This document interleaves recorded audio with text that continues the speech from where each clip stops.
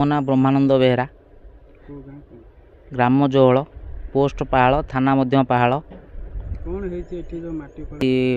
ଏ ଜମି ହେଉଛି ଆମ ବାପାଙ୍କ ନାମରେ ଅଛି 630 ନମ୍ବର ପ୍ଲଟ। ୟାକୁ ରାତିରେ ଦୁର୍ବୃତ୍ତମାନେ ମାଟି ମାଫିଆ ମାନେ ଏ ତୋଳି ମାଟି ଉଠାଇ ନେଇ ଅନ୍ୟ ଜାଗାରେ ପକାଇ ଦେଇଛନ୍ତି। ଆମେ ଏହି କଥା ମଧ୍ୟ ପାହାଳ ଥାନାରେ ଅଭିଯୋଗ କରିଥିଲୁ। ସିଏ ମଧ୍ୟ ଏହାକୁ କେସ୍ ଭାବେ ନେଇଛନ୍ତି। ଏହାର ପରବର୍ତ୍ତୀ କାର୍ଯ୍ୟ କ'ଣ କରାଯିବ ସିଏ ଏପର୍ଯ୍ୟନ୍ତ କିଛି କରିନାହାନ୍ତି।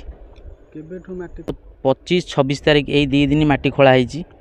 ଆମେ ଜାଣିବାକୁ ପାଇଲୁ 28 ତାରିଖ ଦିନ ରାତିରେ। ଆମେ 29 ତାରିଖ ଦିନ ଦରଖାସ୍ତ ଦେଲୁ ପାହାଳ ଥାନାରେ।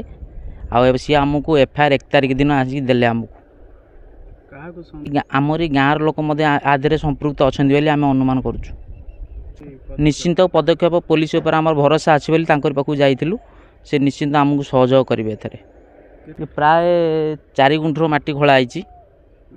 ତ ସହିତ ଠାକୁରାଣୀ ବିଲ ମଧ୍ୟ ଲାଗିଛି। ସେଥିରୁ ମଧ୍ୟ ମାଟି ଉଠାଇ ନେଇ ଯାଇଛନ୍ତି ମାନେ। ନାଇଁ, ଆମେ ଦେଖିଲା ପରେ ଯେତିକି ଖୋଳା ହେଇଛି ସେତିକି, ଆଉ ଖୋଳା ହେଇନି।